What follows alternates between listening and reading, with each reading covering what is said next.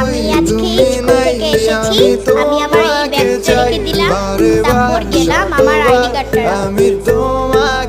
এই তো আমি আইডি কার্ডটা রাখতে আসলাম, এই যে রেখে দিছি আমি আমার আইডি কার্ড। এবার গেলাম গোসল করতে, দরজাটাও একটু বন্ধ করে দিলাম। হ্যাঁ, তারপর দরজা খুললাম, আমার বোনও আমার সাথে একসাথে গোসল করছে, এই জন্য আমার বোনকে নিয়ে আসছি।